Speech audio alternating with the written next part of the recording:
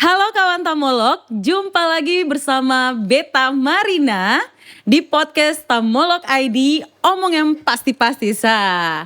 Dan pastinya Beta Sony sendiri ya ini hari. Ketong sudah kedatangan satu bintang tamu, seorang anak muda yang sangat berprestasi, yang luar biasa. Dan pasti kawan Tamolog nih kenal ini orang siapa.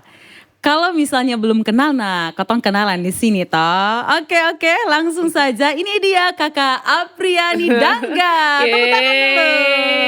Oke. Welcome Kakak, selamat datang ketemu studio. Yes. Apa kabar Kakak? Luar biasa tentu saja, apalagi senang banget. Thank you ya Kak Marina, Iya. bisa sharing-sharing di Tamolog ID, omong yang pasti-pasti katanya. Sama-sama Kakak. Ketong juga sangat bersyukur dan senang karena Kakak mau menerima ketong punya undangan di tengah Kakak punya kesibukan yang gitu luar biasa. So sibuk aja sih sebenarnya Kak. Oke, sebagai pembuka ya ada pepatah bilang sonde kenal sonde sayang toh Kakak.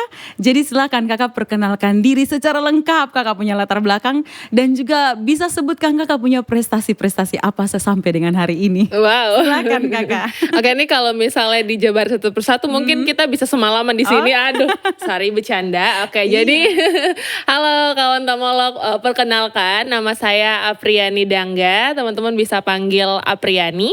Ya. Saat ini mahasiswa di program studi ilmu komunikasi Undana. Di luar Iya. sebagai mahasiswa, aktif sebagai public speaker dan juga edu content creator. Jadi ya aktivitasnya jadi public speaker, sharing, isi Ya. seminar, atau somehow jadi MC, moderator. Dan terus advokasi berikutnya tuh ada di sosial media sebagai content creator untuk sharing-sharing lah kurang lebih apa aja pencapaian baik di bidang akademik maupun non-akademik di sosial media khususnya di Instagram kayak gitu sih. Wow, luar biasa ya. Padat berarti ya.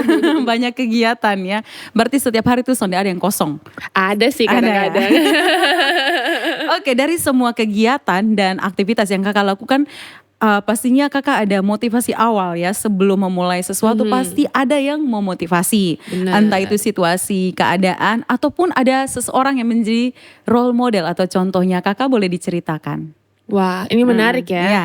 Jadi kalau mau ditanya awal banget alasannya tuh mungkin satu, Beta tuh anak yang sangat senang belajar. Oke, Jadi kayak sangat senang belajar betul. itu poinnya. Jadi kayak selalu punya curiosity, apa sih rasa penasaran, Penasaran, gitu. ingin tahu Pengen gitu. tahu semua hal. Jadi kayak mulai ini pertama mungkin karena untung punya support system yang baik juga dari dalam keluarga ya. Jadi iya. emang didukung banget dalam hal ini tuh membaca. Jadi Oke. dari kecil tuh emang sangat suka membaca. Awalnya tuh mulai dari baca-bacaan kalau mungkin yang familiar kalau tahu buku Spirit Junior gitu. Jadi itu tuh Oh, iya. buku renungan anak Iya, gitu. iya. Jadi dia tuh ada series kalau untuk anak-anak tuh Spirit Junior, untuk orang tua itu untuk ibu misalnya mama tuh Spirit Woman. Iya. Terus kalau untuk bapak-bapak tuh spirit motivator. Iya. Jadi setiap dia tuh kan edisinya per bulan. Jadi setiap bulan itu pasti sama papa kita akan ke toko buku untuk beli satu kali sebulan gitu. Jadi kayak edisi Januari kita Iya. beli di akhir Desember untuk edisi Januari.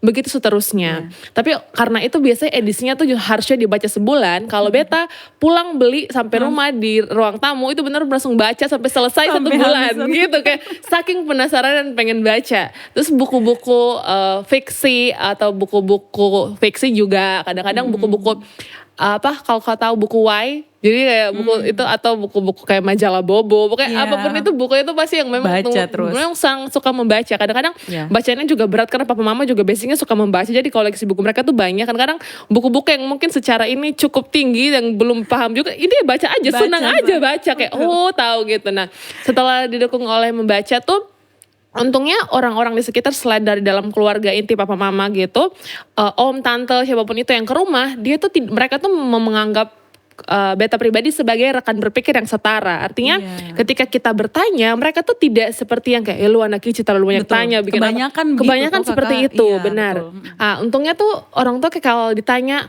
ini kenapa begini, mereka tuh benar-benar yang menjelaskan Menjawab, dengan menjelaskan. menghargai. Dan iya pokoknya kalau Beta melihatnya sekarang tuh waktu kecil mereka melihat sebagai rekan berpikir yang setara. Jadi bener yang kayak jadi ini tuh kayak gini deh, gini dijelasin dengan ini. Jadi akhirnya rasa penasaran tuh terlatih. Sayangnya Beta banyak menemukan kayak banyak orang tua yang sayangnya tuh ketika anak-anak lagi banyak pengen tahu kayak diam dong ini kasih HP pi main di sana kayak gitu-gitu kan. Betul. Akhirnya mungkin momen krusial di mana anak-anak tuh bisa belajar untuk punya curiosity, punya rasa ingin tahu dan daya berpikir kritis misalnya itu pada akhirnya mati oleh Iya, lingkungannya sendiri gitu. Nah, dari kecil tuh akhirnya itu tadi kemauan belajar. Kemauan Akhirnya belajar. selain rasa ingin tahu dia yang pengen belajar, membaca dan lain-lain, pengen coba semua hal akhirnya. Iya. Lihat orang nari pengen belajar tari gitu kan. Lihat orang fashion show pengen belajar fashion show. Jadi emang suka eksplorasi aja anaknya. Iya. Sampai akhirnya untungnya selalu sportif deh, ikut lomba mewarnai, menggambar, pidato, baca indah Alkitab di gereja gitu kan ya. Pokoknya banyak banget eksplorasi dari kecil sampai pada akhirnya beda-beda nih hobinya di jenjang sekolah nih Kak. Di Pasti. SD bener. Waktu SD tuh hobinya ya menari gitu-gitu ya, fashion show. Iya, biasa Masih begitu. kayak gadis banget, kayak anak kecil yang gemes-gemes gitu ya. Masuk SMP mulai profesional untuk tari. Jadi tari tradisional tuh udah difokusin tuh di SMP. Iya. Termasuk pelajaran-pelajaran non akademik. Kayak cerdas cermat, olimpiade gitu-gitu tadi SMP. Masuk SMA masih lah dengan rutinitas yang sama tapi mulai kenal hal yang beda kayak pemilihan duta gitu ya. Mulai kenal tuh terus debat. Iya. Akhirnya ternyata punya ketertarikan khusus di bidang seni sastra lah, dunia sastra lah entah atau menampil di atas panggung yang berkaitan dengan linguistik lah, ngomong gitu kan, nulis, baca gitu kan. Sampai pada akhirnya memilih untuk masuk ilmu komunikasi gitu kan, kuliahnya untuk difokusin. Ternyata setelah masuk ke komunikasi makin tuh kelihatan petnya, suka banget sharing dari pengalaman-pengalaman yang udah ada di SD, SMP, SMA sampai kuliah. Terus akhirnya bikin-bikin konten juga. Sampai pada akhirnya ternyata dari langkah-langkah kecil yang tadi jiwa eksploratif itu membawa ke titik hari ini aku punya segmen khusus di sosial media. Kontenku tuh ada di bawah segmen namanya Grow with G. G itu mengarah ke nama kecil Jijin gitu ya. Jadi itu punya spirit growing myself to empower others. Jadi gimana proses belajar, proses pengembangan diri ini di sharing dan siapa tahu pada akhirnya bisa empowering orang lain, khususnya anak-anak muda yang ada di NTT dan somehow selama 3 tahun terakhir mulai buat advokasi di sosmed ternyata itu berhasil karena banyak banget entah secara langsung maupun tidak langsung respon-respon yang sebenarnya kayak wah ternyata langkah-langkah kecil ini bermanfaat juga, berguna gitu ya. Wow, ternyata kisah motivasinya tuh panjang ya. Iya. Tapi semua memang dimulai dari suka membaca. Benar. Makanya kenapa memang membaca adalah jendela dunia, membuka pikiran kita menjadi orang yang kritis itu sangat betul. Dan yang kedua adalah setelah kita punya motivasi itu kan pasti harus ada dukungan. Yang paling utama dari orang tua. Dan bersyukurnya orang tua daripada kakak sangat-sangat mendukung. Nah, ini menjadi sebuah permasalahan sebenarnya ya Kak. Kalau yang kakak mungkin pernah temui, kayak anak-anak muda yang lain itu seperti tadi kakak sebutkan, ketika mereka punya cita-cita, mimpi, atau mau berbicara atau bertanya sesuatu, langsung dilarang. Atau dikasih HP supaya diam. Padahal sebenarnya kan tidak boleh seperti itu. Makanya terkadang anak-anak muda itu kayak mereka belum mampu mencapai mimpi mereka atau tahu mimpi mereka tuh di usia-usia yang kayak masih sangat kecil. Harusnya kan itu masa emas toh Kakak. Iya, benar. Nah, jadi memang sangat penting ya peranan orang tua ya dan lingkungan pastinya. Nah, itu tadi kan orang tua atau itu internal yang paling dekat kan sangat mendukung nih Kak. Ya, kira-kira yang di luar kayak misalnya teman sekolah atau tetangga nih, adakah yang nyinyir mungkin ya atau ada yang pernah bilang buat apa terlalu istilahnya kayak terlalu batas sibuk begitu, terlalu kejar hal yang terlalu banyak, cukup belajar sekolah biasa maksudnya biasanya kan ada tuh orang yang begitu. Kira-kira kakak pernah mengalami itu Sonde? Bisa diceritakan mungkin ada pengalaman. Ya itu unik ya karena Beta pribadi bahkan sampai hari ini punya satu pelajaran yang tidak pernah habis dipelajari yaitu mempelajari society. Karena bagi Beta society itu sangat kompleks ya. Jadi kayak kita buat baik tetap ada yang omong, kita nggak buat apa-apa juga ada yang omong, salah apalagi gitu kan ya. Jadi memang kalau ngomongin respon orang tuh akan ada Saka. Betul. Tapi fun fact, Beta tuh masuk sekolahnya tuh cukup cepat waktu itu karena mayoritas kan orang masuk sekolah tuh umur 7 tahun kan. Beta tuh masuk SD umur 5 tahun karena FOMO. Jadi bepun tetangga dong tuh karena be paling muda di bepung area rumah. Teman-teman tuh sudah pada sekolah. Terus kayak, "Ma, Beju mau pakai seragam." FOMO pakai seragam gitu. Jadi awalnya tuh FOMO pengen masuk sekolah sebenarnya. Terus karena ini papa mama juga bekerja kan, jadi kebetulan oma tuh guru gitu jadi beta tuh dimasukin ke kelas pendengar. Memang sekarang sudah tidak ada lagi program kayak begitu, tapi zaman be masih ada. Jadi kayak be masuk sekolah sebagai siswa pendengar gitu sebutannya, kelas pendengar. Jadi kayak urus administrasi itu tidak, tapi datang belajar kerja tugas gitu-gitu kan. Pas pengumuman naik kelas, beta justru ranking 1 bukan dari yang anak-anak yang sekolah ini. Yang jadi betul sekolah gitu. Jadi administrasi itu baru diurus pas masuk kelas 2 gitu ya. Ya ada power orang dalam juga sebenarnya, tapi akhirnya ya karena ini kayak guru-guru juga melihat kayak dia semangat belajar, ini anaknya semangat gitu ya udah akhirnya jadi selalu jadi paling muda tuh baik di SMP, SMA karena tadi memang lebih muda kan juga di ini. Jadi emang secara itu satu FOMO dulu tuh, tapi mulai masuk ke SD, SMP, SMA tuh responnya juga beragam gitu. Misalnya waktu SD, beta tuh kan kelas 1 sampai kelas 3 di SD yang tadi pertama tuh, di yang tadi kelas mendengar. Terus pas kelas 4 sampai kelas 6 tuh harus pindah sekolah. Di SD kelas 1 sampai kelas 3 tuh lingkungannya sangat bersahabat, sangat suportif. Karena mungkin ada oma. Iya betul ya, ada orang dalam nah. Enggak, bercanda gitu ya. Emang pintar guys. Iya. Terbukti kok sekarang. Tapi pada akhirnya karena papa kan bekerja di bidang kesehatan gitu ya, dan pada akhirnya harus shift gitu. Jadi pas kelas 4 sampai kelas 6 tuh cukup bentrokan dengan jadwal papa dinas sama harus antar sekolah. Jadi pindahlah ke sekolah yang lebih dekat biar bisa jalan kaki gitu ke sekolah. Pas pindah ke sekolah baru ini tuh tantangannya cukup besar. Khususnya ketika kita mau coba sesuatu. Waktu itu ada lomba cerita rakyat. Nah waktu lomba cerita rakyat ini kan kita harus seleksi gitu kan ya. Di seleksi itu tuh mulailah kayak dianggap remeh gitu karena masih anak baru gini-gini. Jadi kita tuh ada 6 orang yang diseleksi. Kita bisa lihat lah respon bagaimana 5 anak lainnya tuh diperlakukan sama saya yang siapa gitu loh. Tapi akhirnya selama proses seleksi untungnya tetap objektif gitu ya. Beta tuh tetap gak harus latihan maksimal karena pengen gitu untuk ini lomba. Dan pada akhirnya 2 yang keluar untuk mewakili sekolah tuh beta salah satunya. Akhirnya ya sudah, singkat cerita menang lah di Kota Kupang waktu itu. Dan respon orang-orang tuh dari situ mulai unik-unik lah. Kayak ya dari awal tuh udah kelihatan bahwa ternyata tidak semua orang tuh bakal selalu dukung ketong. Itu di SD tuh pernah gitu. Sampai pada akhir ya itu sesimpel-simpel itu lah respon. Kalau tetangga-tetangga di rumah sih gak yang terlalu gimana. Mungkin karena dia belum tahu gitu ya. Bisa sama di belakang. Tapi sejauh ini kita di rumah tuh punya satu komunitas namanya komunitas Rumah Sejuta Mimpi. Dan anak-anak tuh di sana memang kehadiran B pribadi secara ini dalam prestasi dan lain itu cukup juga memotivasi anak-anak yang ada di daerah situ. Jadi orang tua juga di sana tuh selalu yang kayak kakak Jijin boleh ajar kayak gini-gini kok gitu. Jadi kayak memang sejauh ini sih mereka masih melihat dampak baik yang bisa beta lakukan dengan B prestasi ke orang anak-anak di sana, jadi motivasi dan inspirasi buat lain-lain gitu. Jadi kayak sejauh ini kan dari tetangga sih nggak ada. Tapi di SMP Beta tuh punya pengalaman buruk gitu. Waduh. Jadi kalau ngomongin respon dan lain-lain, Beta tuh SMP pernah dibully. Wah. Ya, jadi waktu SMP tuh unik lah. Mungkin gue baru tau memang di titik tertentu sebagai anak remaja tuh ada hal-hal yang ketika Beta lihat pakai kacamata di usia sekarang kayak, oh ternyata remaja tuh seunik itu ya gitu ya. Kayak satu, Beta tuh SMP tuh cukup jauh dari rumah. Jadi kayak waktu SMP kayak hal-hal sesederhana karena tadi biasa sangat strict dan aturan misalnya. Ketika kita ngikutin aturan ibarat kayak anak yang suka laporin kayak ibu tuh lupa, saya gurunya lupa PR kan. Kita tuh yang, "Bu, hari ini ada PR ya." Terus satu kelas kayak, sama juga. Dia kasih tahu lah ada PR misalnya kayak gitu. Nah, dalam banyak bentuk lainnya Beta seperti itu. Jadi cukuplah pernah lah karena terbiasa untuk ya kayak ngaturan dan lain-lain, kayak jadi anak yang cukup berpegang teguh pada aturan, ternyata bagi society itu cukup kurang berterima. Jadi pernah lah ada pengalaman dibully dan lain-lain. Terus kayak ada di titik-titik yang kayak misalnya ikut seleksi lomba, terus pada akhirnya Beta yang lolos, yang lain enggak tuh ada aja yang bilang dia lolos karena gini padahal emang karena bisa gitu kan. Tapi ada aja tuh suara-suara sumbang-sumbang lainnya tuh ada.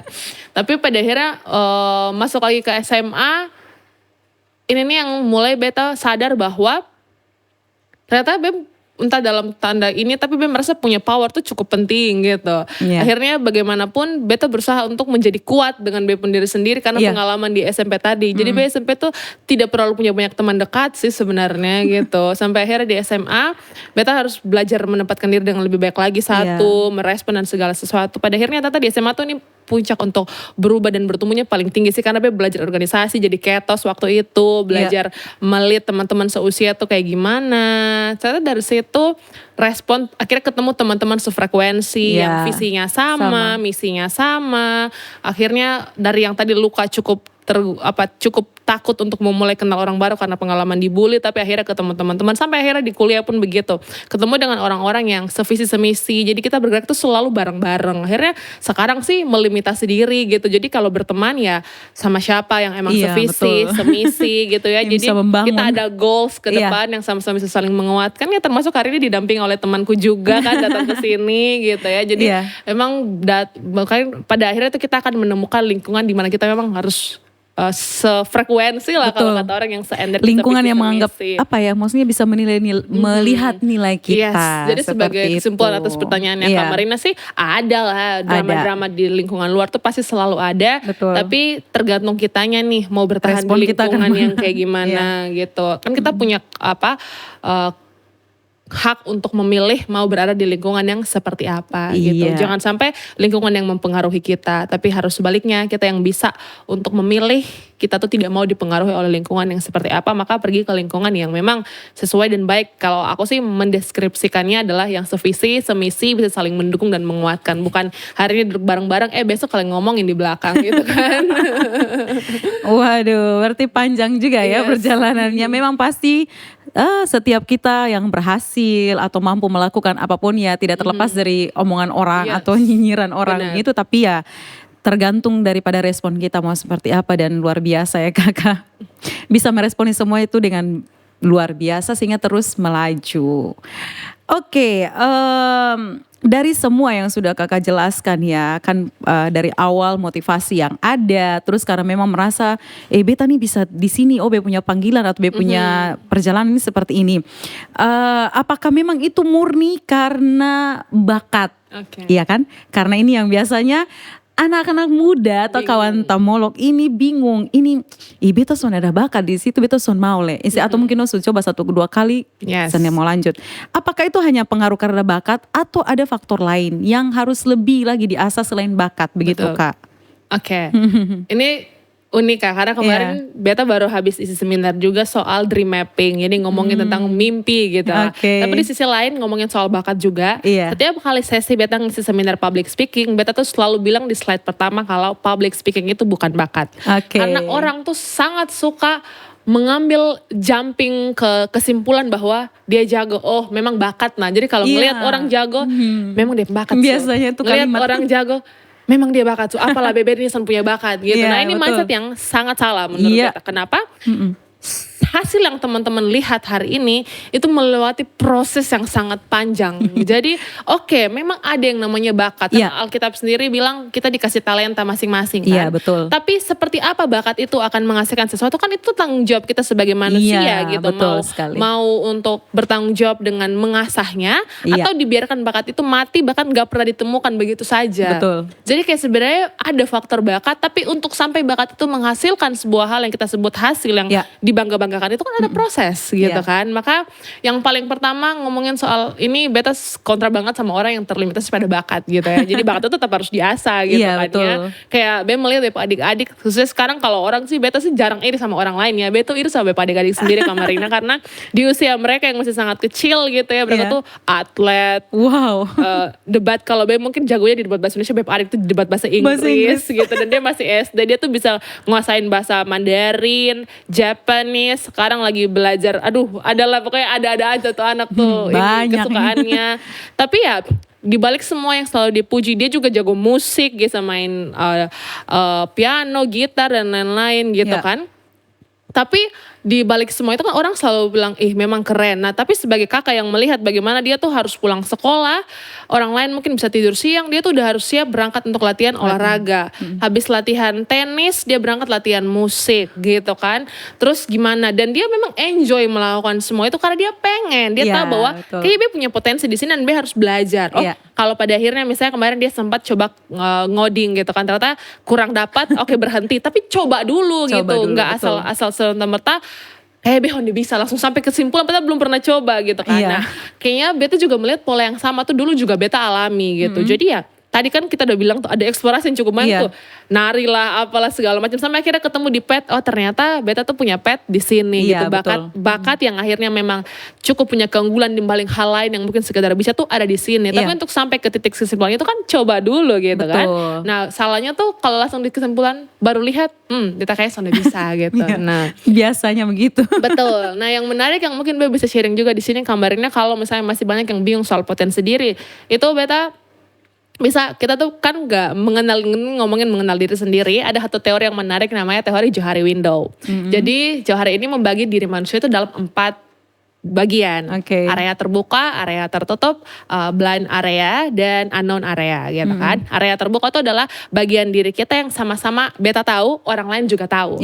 Misalnya beta tahu kalau beta suka bawa omong karena beta anaknya cerewet dan orang-orang juga tahu, kayaknya kalau dia ngomong tuh lebih dimengerti misalnya. Itu area terbuka. Nah untuk area terbuka kalau sama-sama tahu dikembangkan kayak gitu. Ada area tertutup. Area tertutup tuh area yang kotong tahu, kotong bisa, tapi orang lain sudah tahu karena kotong jarang menunjukkannya. Misalnya, kotong suka menyanyi gitu kan, suaranya bagus, tapi cuma menyanyi sebatas di kamar mandi karena takut menyanyi di luar. Aduh nanti kalau dihujat gimana? Padahal suaranya bagus. Nah, untuk di titik yang orang di area tertutup ini, berbanyaklah untuk berani coba, berani tampil dan minta feedback dari orang. Ada yang namanya berikut blind area.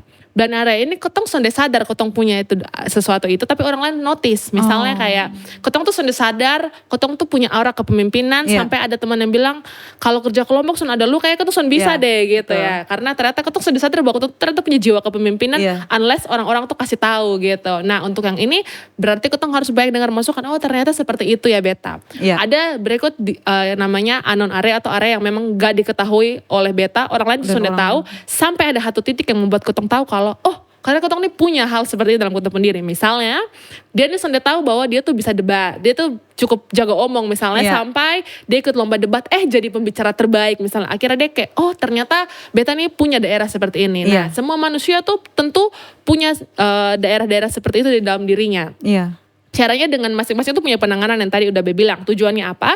Untuk memperkecil unknown area, blind area, dan area tertutup dan memperluas daerah terbuka. Sehingga apa? Kotong potensi itu bisa tergali dengan maksimal. Sayangnya kotong tuh menutup diri untuk membuka bagian-bagian lain dari kotong diri. Sehingga pada akhirnya sampai di kesimpulan bahwa kayaknya memang bakat gitu. Padahal proses mengenal diri kotong yang sangat kompleks ini pun itu sangat luas gitu. Panjang banget. Makanya tuh pertanyaannya tuh yang selalu ditanya bukan soal lu tuh mau jadi apa, lu mau kejar apa, lu mau bikin apa. Tapi pertanyaan awalnya, lu sejauh apa sih kenal lu pun diri? Karena kalau lu gak tahu lu pun diri itu apa, tidak terlimitasi cuma pada kelebihan kekurangan, tapi misalnya pakai framework Johari Window tadi, kalau kita gak tahu ini bisa jadi hal-hal yang kotong lakukan tuh bisa tiba-tiba exhausted, bisa salah dan lain-lain. Tapi selain dari terlimitasi pada yang tadi Be bilang soal mengenal diri, ada juga mindset berikut soal gagal menurut beta. Nah kotong nih harus punya yang namanya resilience. Jadi daya tahan, harus tahan banting gitu lah jadi orang. Jangan jadi yang baru sekali coba, gagal terus langsung kesimpulan, memang son bisa di sini. Bisa di situ. Gitu. Padahal baru sekali dicoba gitu. Oke lah, at least pertama udah coba. Ada juga yang bahkan belum pernah coba sama sekali gitu karena takut gagal, langsung sudah kayak sonde gitu lah. Pertama teman-teman kayak harus berani coba dulu gitu kan. Kan kalau kata lagu, if you never try then how will we never know kan. Habis itu kita langsung coba dan gagal pun sekalipun, sekali dua kali gagal tuh hal yang sangat lumrah gitu biasa. Kan. Biasa banget. Kamu lihat dari contoh yang mana? Siapa sih yang hari ini misalnya gak pakai Canva gitu kan ya. Owner Canva itu berapa kali dibilang ditolak sampai akhirnya dia jadi aplikasi paling besar untuk editing hari ini gitu kan. Terus kita baru dibilang no 1, 2, 3 atau gagal 1, 2, 3 kali langsung menyerah gitu. Artinya mau belajar, jadi gagal berhasil itu satu kesatuan yang gak bisa dipisahkan. Gak bisa kita kejar berhasil kalau kita gak pernah menerima gagal. Karena dari setiap gagal itu kan kita ada belajar. Yang menjadi salah dari gagal adalah ketika kotong gagal, Ketong tidak pernah mengambil apa pembelajaran. Misalnya kalau beta jadi juri, terus ada babak-babak seleksi gitu kan ya. Di babak seleksi pertama kalah langsung pulang, ini gak akan pernah menang. Aku langsung bilang, ini gak akan pernah menang. Karena apa? Kamu tidak belajar kenapa kamu gagal. Jadi kalau kalah di kompetisi, duduk nonton sampai lihat final. Untuk apa? Untuk tahu, oh dia nih masuk final ternyata karena seperti ini. Biar tahun depan atau di kesempatan berikut beta coba lagi, sudah ada perbaikan. Ketong cenderung gagal tuh dengan defensif. Gagal, memang orang dalam, memang dia bakat atau hal-hal lain yang ketong tuh sudah berburuk sangka terlebih dahulu. Pernahkah ketong melihat gagal dengan persepsi lain? Apa yang bisa beta pelajari dari bepung kegagalan?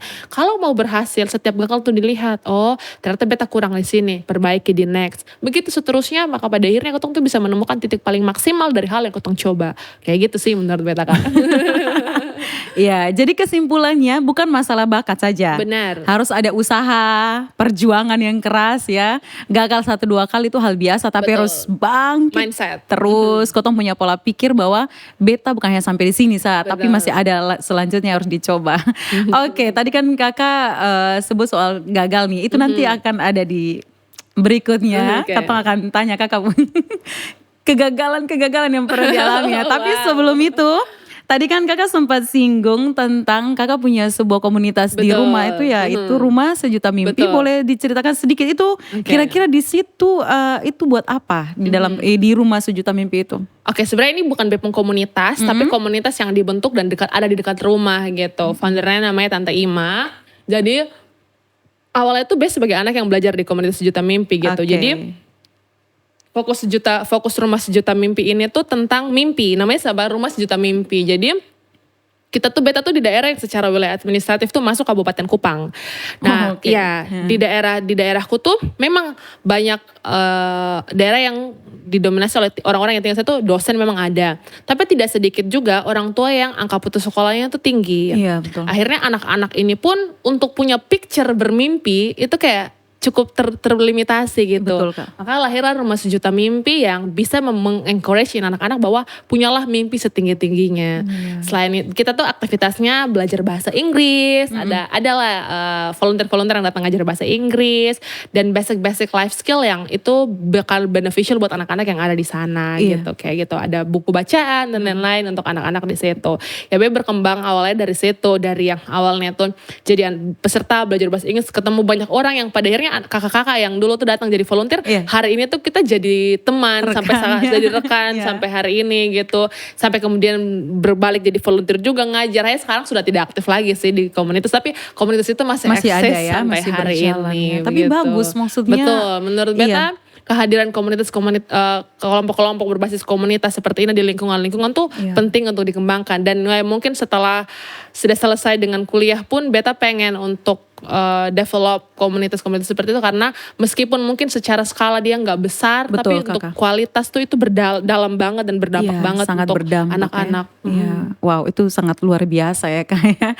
Iya, jadi ketong menarik kesimpulan ya bahwa ketong punya hidup yang ada sekarang ini bukan untuk ketong diri sendiri. Di mana ketong tinggal atau dimanapun ketong berada, ketong harus jadi berkat dan jadi dampak ya. Luar biasa, kakak punya perjalanan nih. Tadi sudah cerita ya, kakak memulai segala sesuatu tuh dari kecil ya, sampai sekarang juga masih sangat-sangat muda, sudah banyak prestasi, sudah banyak hal yang diraih ya. Dan sebagai anak muda dengan segudang prestasi, banyak kegiatan, menjadi kelemahan seorang anak muda itu adalah tetap konsisten dan komitmen. Bagaimana cara kakak nih supaya bisa tetap menjadi orang yang konsisten dan komitmen dengan apa yang sekarang dikerjakan sehingga tetap terus berkembang? Boleh diceritakan? Oke. Mungkin untuk dapat gambaran kayak kesannya kalau ngomongin cuman alasan kenapa konsisten komitmen tanpa bukti dan contoh-contohnya itu kayak kurang relate ya. Jadi Bea akan coba cerita dulu beberapa hal yang kayaknya kalau orang ada di posisi itu sudahlah berhenti gitu kan. Yang apalagi tadi Bea ngomongin soal resilience. Itu bukan sesuatu yang cuman datang tiba-tiba, oh ketong harus punya resilience. Enggak, karena aku adalah living proofnya guys. Jadi kayak beta cerita ya. Nah waktu SMA misalnya, SMA tuh kalau orang umumnya anak SMA tuh kan banyak hal yang pengen dicoba yang lucu-lucu kan, karena merasa ada masa transisi dari remaja menuju dewasa kan. Betul. Jadi mungkin banyak waktu main, waktu nongkrong gitu-gitu. Beta tuh cukup melimitasi diri untuk hal seperti itu, karena beta udah sekolah, habis sekolah ngurus OSIS. Terus habis ngurus OSIS, lomba-lomba itu memang sangat banyak dari SMA. Dari SMA, ya. Waktu SMA tuh pernah, beta kan mulai debat tuh, belajar debat awal-awal banget tuh waktu SMA. Yeah. Waktu debat itu kita tuh pernah ikut namanya Lomba Debat Bahasa Indonesia 2019 itu. Cerita dari lawan-lawan waktu di tongkat Kota Kupangnya itu sudah lawan sekolah-sekolah yang emang punya komunitas debat. Minimal di Bepu sekolah kita tidak punya itu, Beb masih baru meraba-raba. Masih baru ya? Ternyata pelotisnya juara 1 gitu. Terus beta juga jadi pembicara terbaiknya, berangkatlah wakilin Kota Kupang ke provinsi gitu kan. Wakilin Kota Kupang ke provinsi, juara 1 lagi. Terus wakilin lah NTT ke nasional, ternyata belum juara gitu kan ya. Itu 1, itu udah ada sertif nasional 1. Terus kedua tuh ada namanya Lomba Parade Cita Tanah Air, itu dari Kementerian Pertahanan. Waktu itu beta bawa saboak gitu kan ya. Dulu beta melihat ada potensi saboak gitu kan. Jadi kita kan lihat biasa saboak tuh dijual 3 buah gitu 55.000 gitu kan ya, dan orang tuh berjualan jauh sekali. Bem melihat itu karena di SD tuh dulu banyak yang jual. Bem berpikir bagaimana ini bisa dirubah jadi sebuah potensi usaha. Akhirnya karena beta juga suka waktu liburan, beta tuh dari zaman SD SMP kalau liburan sekolah pasti buka bisnis, jualan es krim gitu-gitu. Ya modalnya dari mama, meskipun pada akhirnya nanti keuntungannya gak balikin modal mama, semuanya buat uang jajan, tapi senang aja gitu bereksplorasi di dapur gitu kan. Jadi jual es krim, pernah jual apa lagi ya? Es kacang ijo gitu kan ya, itu dibikin. Nah, akhirnya kepikiran gimana kalau saboak ini dibuat jadi es krim gitu. Sekarang emang udah ada patennya ya, tapi beta sudah bereksplorasi tentang itu dari 2019 saya nggak dipatenin aja gitu ya. Jadi bikin es krim dari saboak, bawalah, dan ada beberapa produk-produk lainnya dari saboak. Kita bikin juga selai, coklat saboak, dan ada produk utama itu namanya serlon. Jadi serbuk lontar serbaguna. Jadi dari serbuk itu bisa dibuat teh, bisa dibuat bahan roti gitu-gitu. Luar biasa. Iya, kita sosial itu bawalah ke nasional, dan pada akhirnya kita bisa bawa pulang juara 2 waktu itu. Jadi udah 2 tuh kan ngumpulin. Terus di sisi lain juga mulai aktif waktu itu ikut duta bahasa pelajar juga di SMA, dan banyak lah hal-hal lain di SMA. Which is kalau bisa disimpulkan beta tuh SMA sangat aktif. Tujuan aktif-aktif ini apa? Karena beta kejar bahwa beta gak mau kuliah di Kupang. Beta pengen kuliah harus di luar. Kayak penasaran saya gitu. Dan yang beta targetkan waktu itu adalah Turki. Kenapa? Karena beta tuh hidup kita secara provinsi, secara ini kita mayoritas kan. Beta pengen ke daerah yang minoritas 1. Terus Turki itu adalah negara dengan persilangan budaya. Jadi menurut beta itu sangat kaya untuk dipelajari. Ditambah beta tahu bahwa di sana tuh ada beasiswa. Ada beasiswa namanya Turki Burslari gitu kan ya. Prepare lah untuk beasiswa, kan ribet kan urusan. Jadi ke sekolah tuh ngurus transkrip, ngurus legalisasi penerjemah terlegalisasi gitu-gitu, dan hal-hal lain, motivation letter, terus banyak lah harus siap. Setelah melewati proses seleksi, beta dapat lah beasiswanya. Tapi dalam 1 dan 2 hal, beta harus mundur dari itu beasiswa. Jadi kayak perjuangan panjang itu baru pergolakan dalam pribadi. Belum lagi dari sekolah, kalau pergi di sekolah, Apriyani kau masih di Kupang, kan kira kamu masih di Turki kayak gitu. Waduh, itu tuh kayak double kill gitu kan ya. Itu. Jadi kayak di saat seperti itu mau menyerah sih sebenarnya. Harusnya kayak kenapa dari sekian banyak kayak Benny SMA 3 tahun harus mengorbankan waktu istirahat dan lain-lain, tapi pada akhirnya harus kayak begini, harus mundur gitu kan, untuk 1 dan 2 alasan. Apakah mau menyerah di saat itu? Harusnya sih kalau misalnya dari tadi perjalanan Be cerita mau menyerah, mungkin beberapa orang bisa menyerah dan sudah menyalahkan keadaan kayak udahlah Be susun mau kuliah lah gitu. Tapi di titik itu Be berusaha untuk coba lagi, ya sempat ada momen sedih dan mengurung diri tentu, tapi setelah itu bangkit lagi dan coba lagi hal lain. Beta akhirnya kan sambil punya backup plan sih waktu itu, jadi meskipun sambil daftar beasiswa juga ambil SNMPTN karena beta eligible, jadi ambil SNBT kalau sekarang, lolos juga lah di komunikasi Undana, sambil akhirnya coba beasiswa lain namanya beasiswa unggulan. Jadi sambil mengurung diri tuh sambil riset tuh beasiswa apa ya di dalam negeri kalau harus akhirnya kuliah di sini gitu kan, cari ketemu beasiswa unggulan yang menurut beta cukup capable untuk beasiswa tersebut. Dari beasiswa itu tuh beasiswa kategori masyarakat berprestasi. Intinya beta eligible dengan hal-hal yang udah beta kerjakan. Apply lah. Waktu itu yang daftar tuh ada sekitar 30 ribuan mahasiswa di se-Indonesia. Yang lolos ke seleksi berkas tuh ada 3 ribuan orang. Wow. Terus akhirnya interview. Pas interview pun waktu itu pas masalah kabel di laut putus kok apa waktu itu kalau tidak salah. Jadi itu juga dengan aduh itu juga drama sekali wawancara. Jadi kalau beta tuh langsung ngomong, Bu, kalau tiba-tiba jaringannya bermasalah mohon dimengerti ya, Bu. Akhirnya interview. Akhirnya beta jadi satu di antara 600 penerima beasiswa unggulan se-Indonesia. 600 tuh udah akumulasi S1, S2, S3. Dan di Undana beta satu-satunya penerima beasiswa itu di BPO Angkatan. Luar biasa. Kayak ya puji Tuhan. Artinya dari satu contoh itu yang Bem mau bilang ke teman-teman adalah apa yang membuat kayak meskipun waktu itu sempat sakit hati tapi bangkit lagi bahwa kesadaran bahwa yang bertanggung jawab untuk Bem diri sendiri tuh ya beta. Kayak sampai berapa lama sih mau menyalahkan keadaan gitu. Iya, betul. Kayak pada akhirnya kamu harus bangun dan kembali menjalani hidup gitu loh. Jadi sadar bahwa yang bertanggung jawab untuk BP masa depan tuh adalah beta. Jadi kalau BP menyerah hari ini, beta sudah menyerah akan kemungkinan hal-hal baik yang terjadi di BP masa depan. Betul. Jadi kayak BP mau itu terjadi. Kayak terlepas mungkin BP punya backingan papa, mama, orang tua dan lain-lain, mereka tuh cuman segelintir aja bagian dari BEP hidup. Pada akhirnya BEP harus mampu berdiri di atas BEP kaki sendiri karena BEP hidup BEP tanggung jawab. Menjalani diri sendiri. Betul. Pada akhirnya kesadaran itulah yang membuat jatuh ya, Jin kalau lu menyerah hari ini, lu cita-cita di masa depan gak akan tercapai. Oke, ambil rehat sejenak, bangkit lagi gitu ya. Karena kalau mau gak mau berarti tadi B udah merelakan masa depan yang beta bahkan belum lihat gitu. Jadi untuk masa depan yang beta pengen itu, untuk hidup yang lebih baik, untuk hal-hal indah yang pengen B upayakan, termasuk di dalamnya beta tuh punya mimpi besar pengen punya sekolah. Jadi kayak beta belum capek nih Jin, lupa anak-anak murid belum ada Jin. Jadi kalau menyerah bangkit lagi gitu. Karena ya pada akhirnya itu harus punya kesadaran bahwa beta tanggung jawab itu ada di B pendiri. Jadi kalau B menyerah, ya kita gak akan ngeliat tuh yang akan terjadi di masa depan. Kayak gitu sih Kak. Iya, jadi konsisten dan komitmennya Kak ini dalam perjuangan berarti kan. Sonde mudah menyerah. Pokoknya kalau tentukan beta mau jadi seperti ini harus dikejar terus nih sampai dapat. Apalagi ketemu punya mimpi yang baik ya. Punya mimpi yang luar biasa.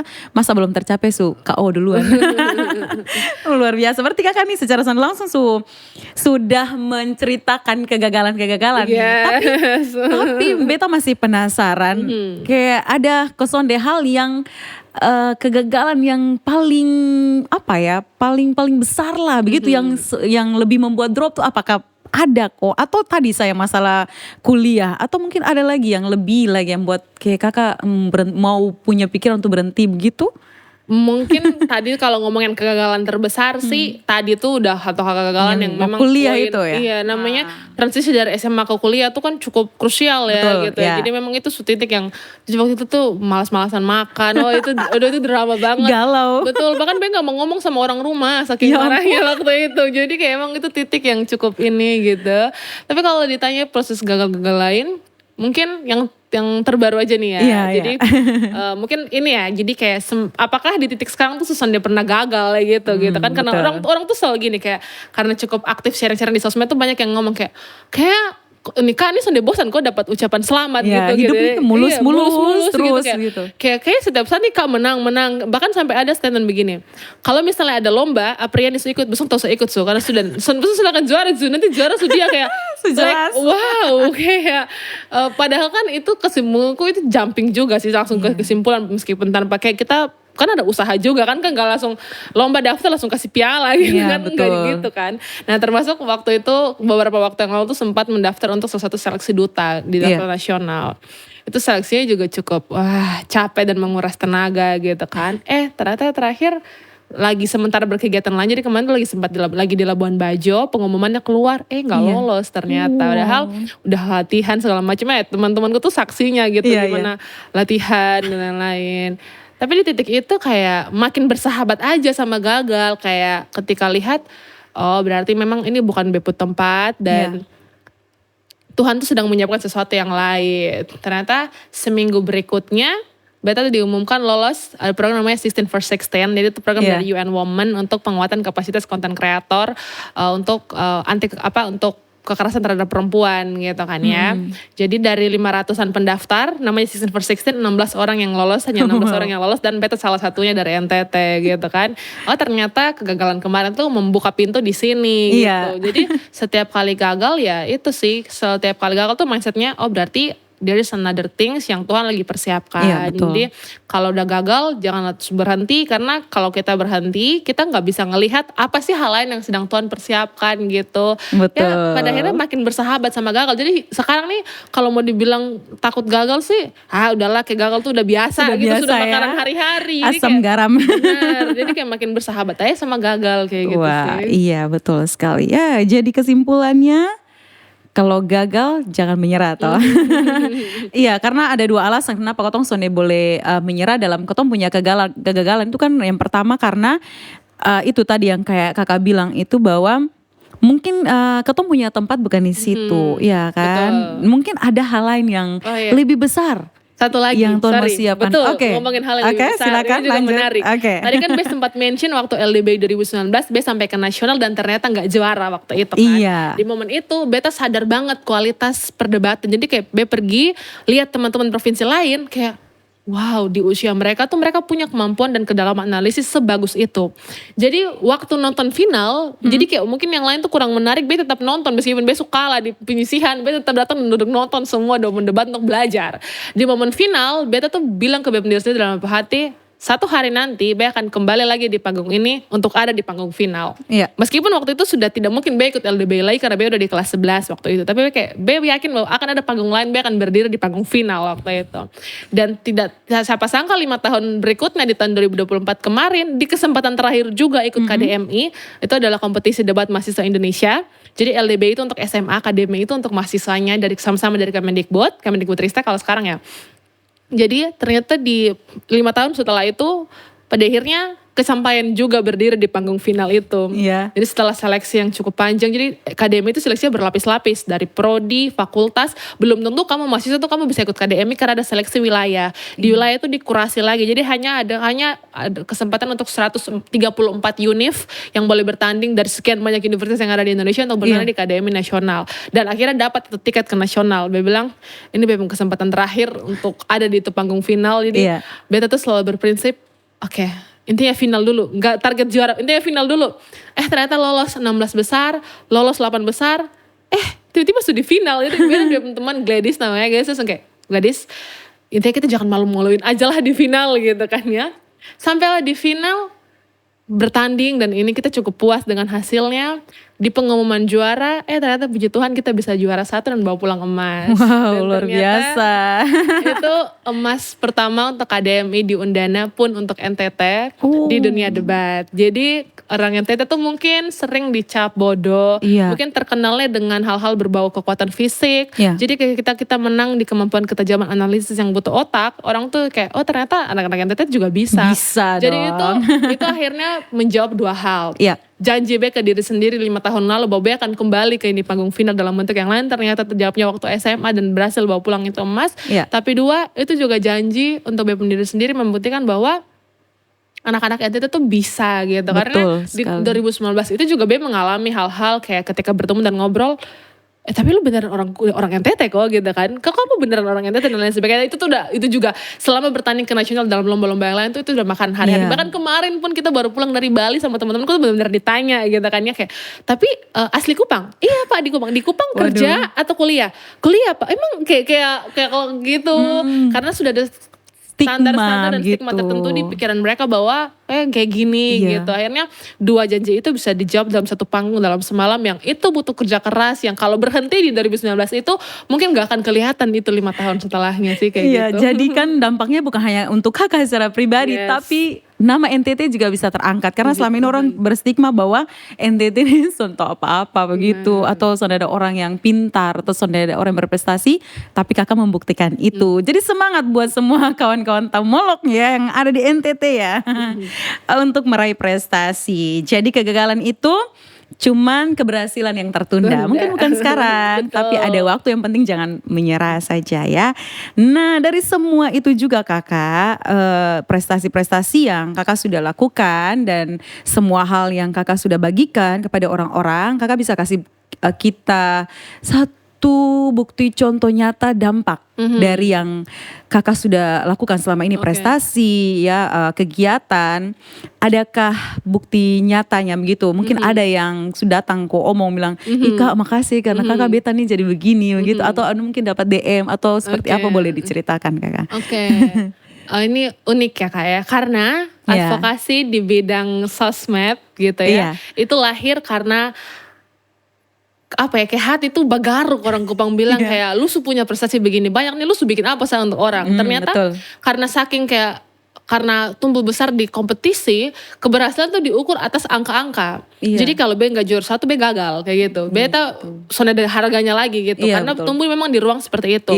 Akhirnya jadi anak yang selalu berkejar pada apa ya, kemenangan gitu loh. Harus jadi berhasil, kayak nilai gitu, ketong tuh eksistensi dan nilai ketong tuh ada pada juara. Ternyata B kejar-kejar lomba terus nih, kok B selalu merasa ada ruang yang kosong di B pendiri gitu.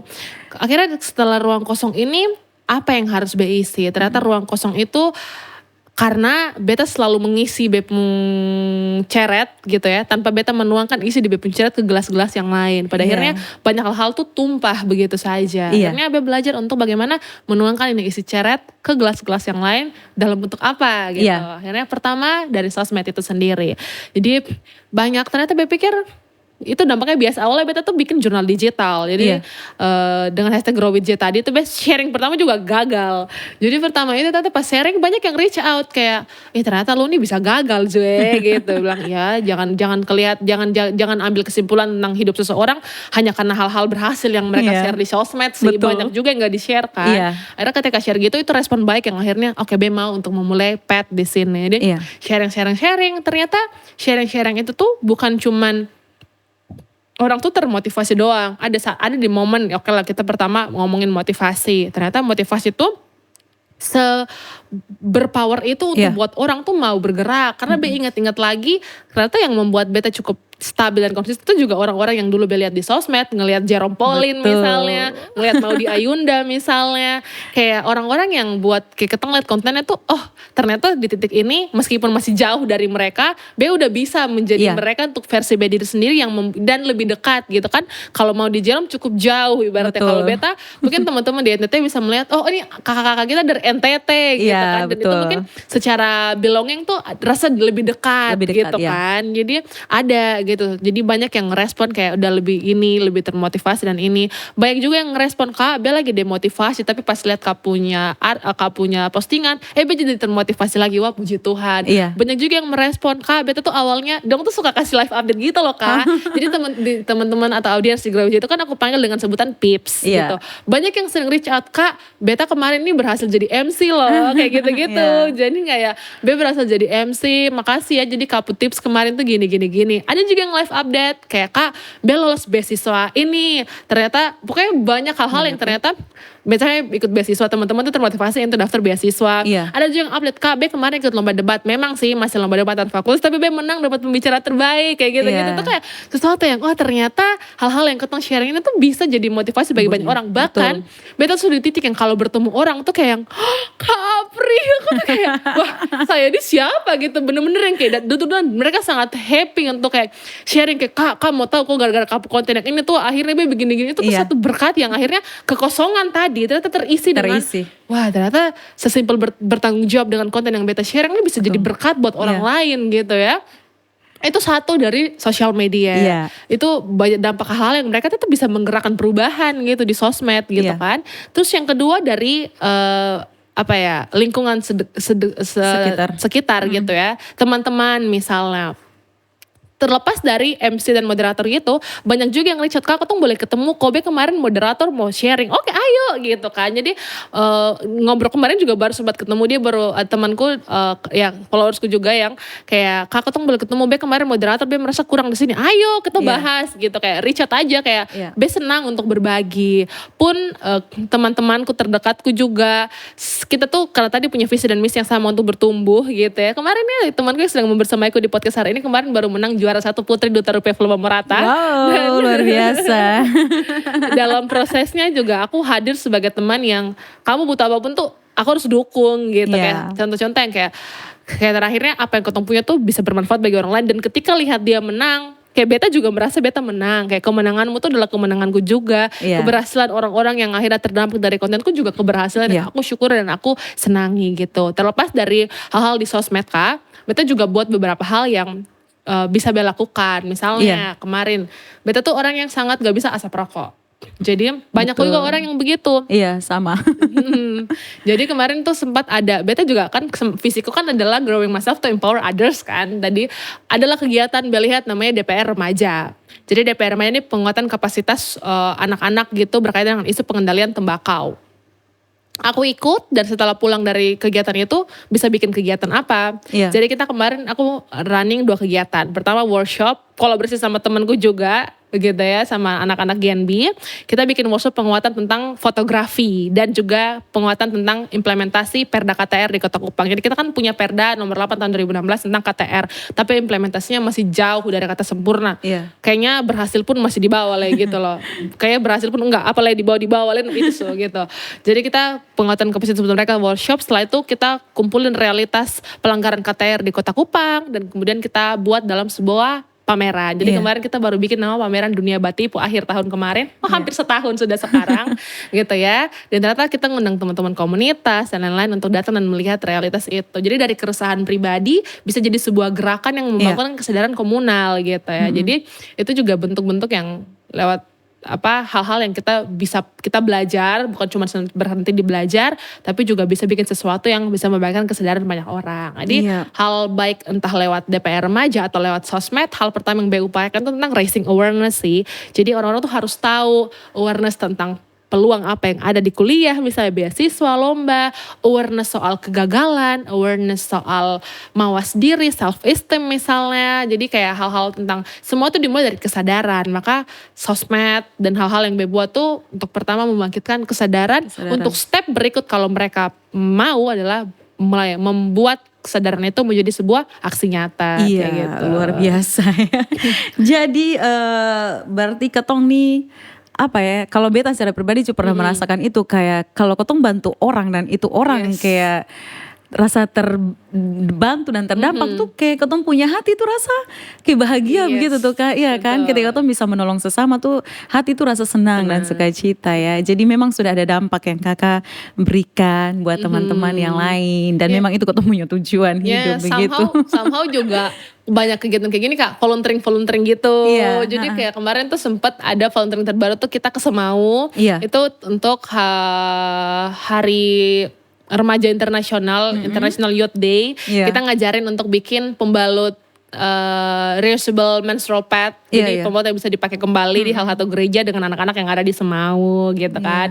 Itu juga. Atau kemarin sempat kita bikin renovasi sekolah di daerah Enoraen bersama Yayasan Luna Maya Nawasena gitu kan. Jadi ada banyak lah kegiatan-kegiatan yang pada akhirnya awalnya tadi mungkin beta fokus hanya di kompetisi berubah menjadi kegiatan apa yang bisa buat beta tuh dekat dengan masyarakat bisa berdampak dengan sekitar langsung gitu, ke masyarakat. Dan untuk sekarang sih karena lagi fokus tugas akhir juga, sementara tugas akhir sama teman-teman tuh kita udah discuss kayak setelah ini kita bakal bikin apa gitu. Dan sekali. Semoga mimpi-mimpi yang kita lahir di obrolan-obrolan sambil makan gorengan itu bisa terrealisasi dalam waktu dekat gitu. Karena manpowernya udah ada, tinggal komitmen untuk melangkahnya aja gitu. Siapa tahu kita juga bisa punya podcast kayak Kata Molo kan. Amin. Iya, tadi Kakak sudah menyebutkan berbagai macam kayak ada lomba atau beasiswa. Kakak bisa kasih tahu di teman-teman atau di kawan-kawan Tamolok untuk bisa mendapatkan informasi soal beasiswa dan lomba itu lewat situs-situs resmi yang mana? Mungkin kawan Tamolok ada yang membutuhkan? Sip, Bang. Okay, betul. Nah itu tadi. Makanya tadi kan ngomong soal raising awareness Nah paling pertama tuh sadar tentang opportunities kan. Jadi Be senang bahwa Be pembasis masa nih udah sadar bahwa di kuliah tuh ada opportunities lomba A, ada opportunities beasiswa B, bisa ikut kegiatan bla bla bla bla gitu. Lewat hal-hal yang beta sharing. Tapi selain dari itu, kalau ngomongin tentang gimana biar informasi itu lebih aksesibel gitu ya. Betul. Kita harus lihat tentang satu hal yang paling dekat dengan ketong. Siapa yang gak punya gadget gitu kan ya. Siapa yang gak punya akses internet gitu. At least setidak-tidaknya orang tuh punya gitu lah. berapa banyak sih waktu yang dihabiskan untuk scroll TikTok, Instagram, bahkan sekarang ada FB Pro gitu kan ya. Jadi kayak semua orang tuh pasti main sosmed gitu kan. Nah, sosmed ini dipakai atau HP ini dipakai untuk apa? Nonton orang full live berjam-jam kok, ngeliat Instagram berlama-lama untuk membandingkan hidup yang kotong dengan hidup orang lain yang kelihatan sangat sempurna di Instagram kok, atau mungkin drakoran berjam-jam terus membayangkan ada pangeran yang datang menyelamatkan ketembung hidup kok gitu kan.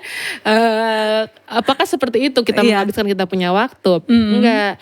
Di sosial media dan di HP yang kotong pegang itu juga adalah sumber informasi yang sumber untuk mendapatkan informasi-informasi yang kotong butuhkan. Jadi Bes selalu bilang pakai HP, pakai akses yang kotong punya itu untuk hal yang beneficial untuk kotong pun diri. Jadi ada yang namanya algoritma. Jadi di sosial media follow lah akun-akun beasiswa, info lomba, atau kreator-kreator yang memang niche-nya ada di bidang itu gitu kan ya. Kalau teman-teman suka makan, kalau eksploran nonton makan, kalau sering nonton konten makan, pasti ekspornya itu nontonnya makan ya, semua. Betul. Kalau lagi nonton drakor di platform saya di Netflix nontonnya drakor, buka IG pasti yang ada tuh adalah drakor semua ya. Begitu cara kerja algoritma karena mereka semua tersinkronisasi. Maka pakailah logika itu untuk hal yang beneficial. Artinya kalau ketong sering cari info beasiswa, misalnya kayak sekarang nih hal semua tuh sangat gampang untuk dicari. Jadi kayak kadang-kadang tuh ini juga jadi masalah. Misalnya orang tahu ikut kegiatan, misalnya beasiswa kan, ada yang DM-nya cuma gini, kakak, mau daftar beasiswa unggulan yang sama. Syaratnya apa gitu. Padahal kan untuk informasi syarat itu kan bisa dicari di Google. Bukan aku mendiskredit pertanyaan seperti itu. Tapi komitmen kita itu juga ditunjukkan dalam bentuk seberapa besar kita mau cari tahu tentang itu informasi. Usaha cari tahu. Sesimpel pertama buka Google gitu kan, informasi beasiswa. Banyak banget platform beasiswa. Waktu itu tuh riset sendiri. Jadi kayak cuman ketik informasi beasiswa kuliah S1 dalam negeri, tag. Baca semua itu beasiswa, bikin listing di Word. Ada beasiswa ini. Cari, buka YouTube. Cari awardee beasiswa ini, nonton dia pun tips and trick karena udah banyak banget informasinya. Setelah itu sudah habis nonton dia pun tips and trick, lihat dia pun nama siapa, buka di IG. Dia ada IG kok, ada. Oh ternyata apa yang Be bingung. Halo Kak, Beta Apriani, kebetulan lagi pengen daftar ini. Bisakah Kak kasih tahu saya kayak apa kendala yang udah jelas, bukan sesuatu yang masih menjadi common sense, ditanya ulang lagi. Terkadang ini Beta juga sharing bareng teman-teman lain yang punya niche yang sama. Terkadang mereka juga menilai bahwa sepertinya ini kurang komitmen gitu loh. Jadi kayak coba cari tahu lebih dalam dulu sebelum bertanya yang memang sesuatu yang mungkin cukup susah informasinya didapatkan di sosial media, baru tanya secara personal gitu kan. Jadi informasi itu gampang banget, yang penting komitmennya dulu lagi, kembali ke komitmen ya, entah di aplikasi pencarian atau di sosmed biar bikin algoritma itu sesuai dengan yang ketong cari. Kayak misalnya sekarang lagi aktif-aktifnya ikut lomba video kan, karena lagi suka aja bikin video. Karena sering lihat ini Bepung Beranda tuh selalu kayak info lomba, kita daftar dan tahu gitu kan ya, karena kita algoritmanya di situ. Jadi tergantung kalau ngomong informasi itu tadi maksimalin di situs pencarian. Terus kalau ngomongin beasiswa mungkin yang bisa sharing khusus adalah banyak banget beasiswa luar negeri misalnya itu ditawarin antar itu kerjasama dengan Kementerian Luar Negeri. Jadi teman-teman bisa buka website Kementerian Luar Negeri untuk cari informasi beasiswa. Banyak banget, bukan cuma dengan Turki. Kita tuh punya program dengan Belanda. Habis itu dengan Brunei Darussalam yang terdekat ada. Sama Cina tuh ada Chinese Government Scholarship. Kalau Korea tuh ada Korean Government Scholarship.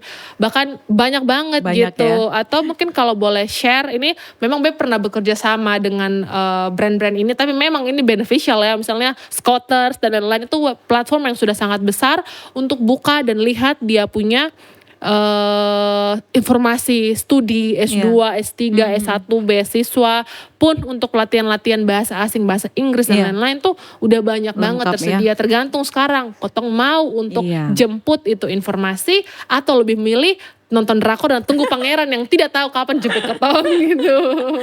Iya, jadi kawan tamolog yang masih sekolah, yang masih kuliah nih harus ada niatan gitu kan. Sudah tetapkan beta mau jadi apa, nah sudah cari di Instagram nih atau di sosial media nih terlalu banyak informasi, tinggal kotong niat.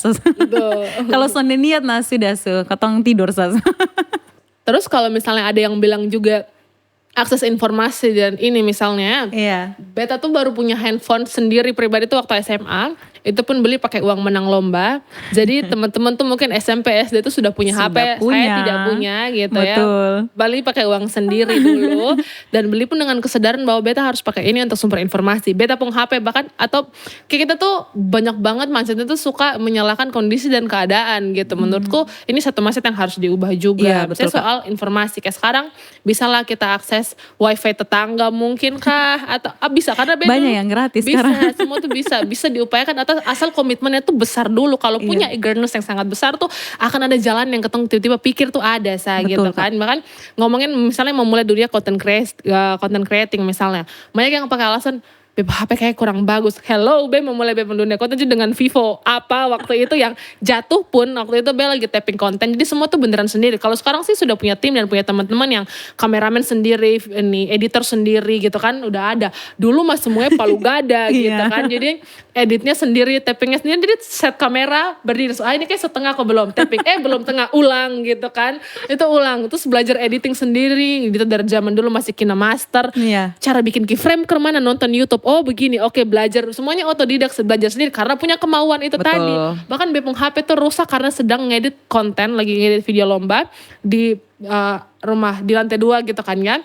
Beta saking ini taruh di dalam habis ngedit mau turun mau tidur taruh dalam buku karena Be juga clumsy anaknya entah bagaimana Be mengayunkan ini buku jatuh HP-nya gitu kan ada akhirnya HP-nya juga rusak gitu akhirnya ganti lagi dengan perangkat baru itu pun dapatnya karena menang lomba gitu jadi semua tuh bahkan sampai semua perangkat yang Be pegang hari ini pun semua tuh karena sesuatu yang dikerjakan pribadi dan usaha sendiri gitu jadi kayak itu seberapa besar usaha sih jadi kayak hari ini orang-orang kayak tidak ada semuanya diusahakan sendiri kayak usaha kerja keras komitmen kayak memang kayak kalau tadi seperti yang Kak Marina bilang kalau ada komitmen dan konsistensi itu pada akhirnya ada saja jalan yang kebuka. Iya betul sekali. Kepalanya akan tertutup dan merasa sonde ada solusi karena memang kotong jumping ke kesimpulan duluan gitu karena emang kurang kemauan aja sih gitu sih kalau ya terlepas dari mungkin ada faktor-faktor X kondisi dan lain-lain tapi kayak kembali lagi ke premis yang aku bilang sebelumnya kita mau kalah dari kondisi dan selalu menyalahkan keadaan atau mau berpikir lebih keras dan cari solusi atas ini keadaan ini kemana dan gak mau kalah dengan dari itu kondisi dan keadaan yang mungkin secara kesimpulan tuh gak bisa diubah kalau gitu. Betul. Ya, di mana ada kemauan di situ pasti ada jalan. Nah, bener itu dia peribahasanya Kak. Iya kan, kita mau latar belakang seperti apapun, kalau kemauan kita keras pasti akan ada jalan. Dan udah banyak juga sih orang yang membuktikan dan banyak orang yang membuktikan hal itu ya. Tinggal kita contohi saja. Ya, kalau kita mau tertinggal terus maka ya sudah kita diam-diam saja ya. Oke, sekian banyak hal yang sudah ketong bahas dan beta percaya ya dan yakin teman-teman Tamolok juga pasti sudah terima informasi dan manfaat yang luar biasa dari kakak punya sharing dan cerita. Nah ini adalah hal yang paling utama dari semua. Karena kakak sebagai orang yang percaya dan dari tadi juga kakak sendiri sudah menyatakan bagaimana Tuhan itu bekerja dalam kakak punya hidup. Kakak bisa cerita sedikit bagaimana atau banyak soal papa. Bagaimana peran Tuhan dalam kakak punya hidup ya. Sebelum itu juga kakak kan sangat-sangat sibuk nih ya dari berbagai macam kegiatan, lomba-lomba, semua hal yang dikerjakan. Bagaimana membagi waktu antara kehidupan pribadi dan sekarang kan kakak masih kuliah kan, akademik dan kehidupan pribadi dan terkhususnya hubungan pribadi kakak dengan Tuhan tuh kemana?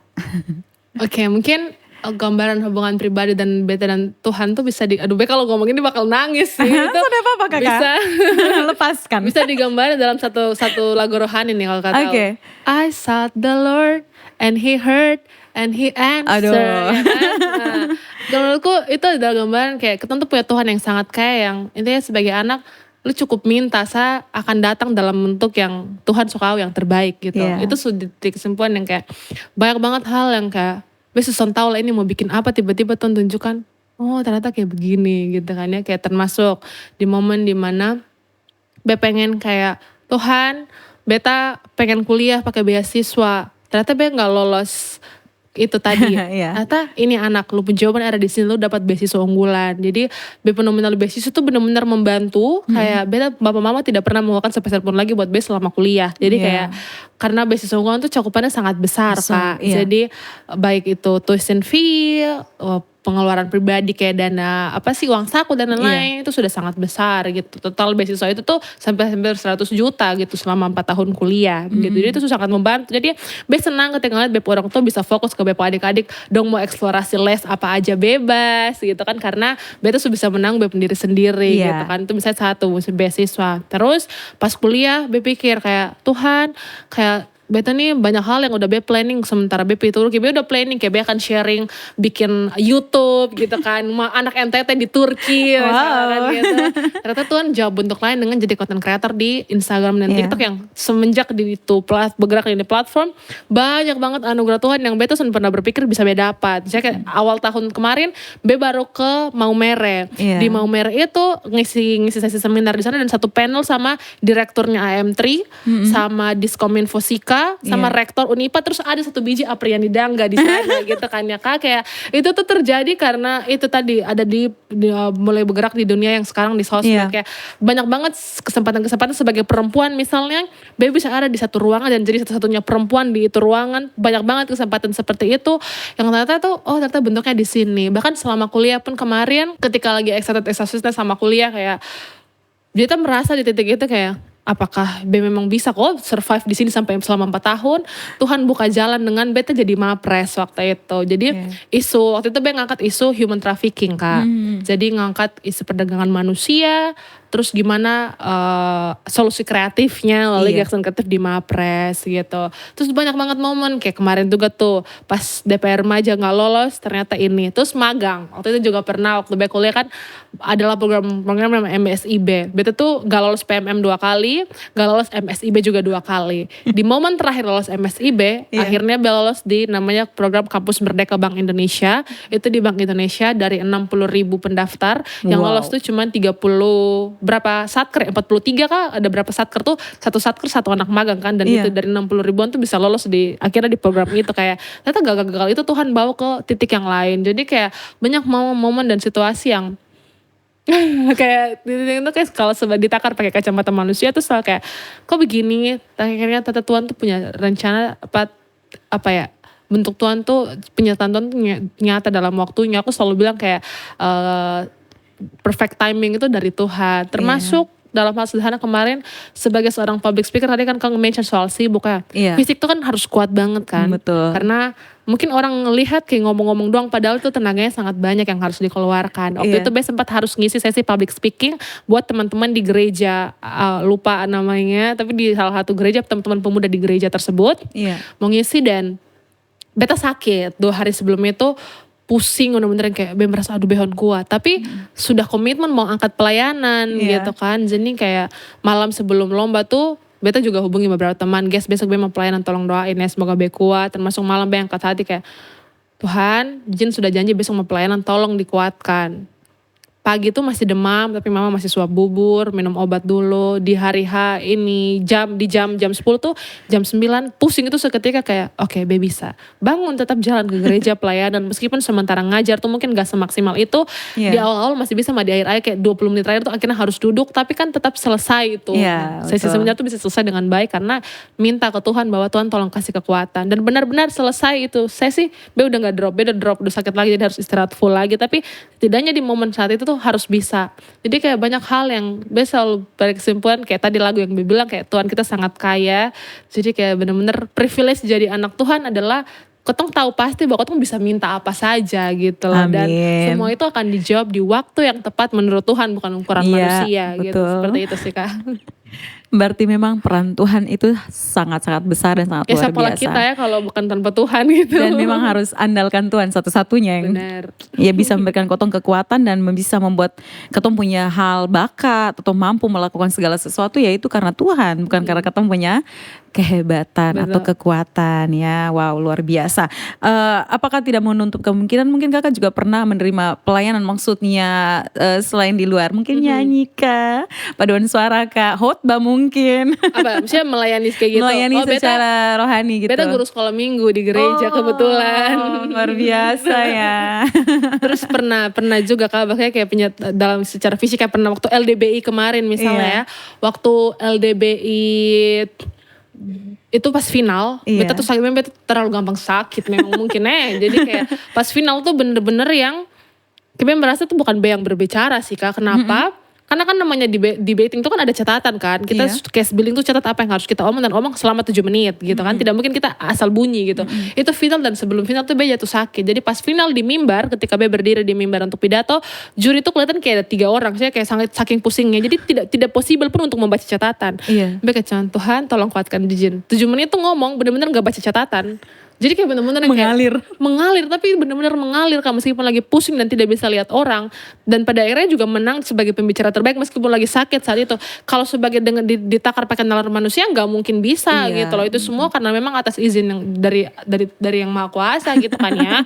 Termasuk kalau ngomongin ini beta anak yang memang tumbuh di lingkungan gereja. Jadi kayak dari kecil tuh memang papa mama tadi kan termasuk bacaan pertama bukuku pun kan Spirit Junior betul kan. Sekali, betul. Jadi memang belajar banyak hal, pola pikir. Menurutku pribadi paling luar biasa untuk ditiru kan Tuhan Yesus menurutku pribadi ya. Kayak dia sangat luar biasa untuk dicontohi gitu kan. Dalam pribadi, karakter, mindset. Sebelum manusia hari ini tuh punya istilah-istilah yang mindset yang lebih keren-keren. Menurutku 2000 tahun silam itu Tuhan sudah menghidupi itu dan ketong tinggal belajar sebagai orang percaya gitu loh.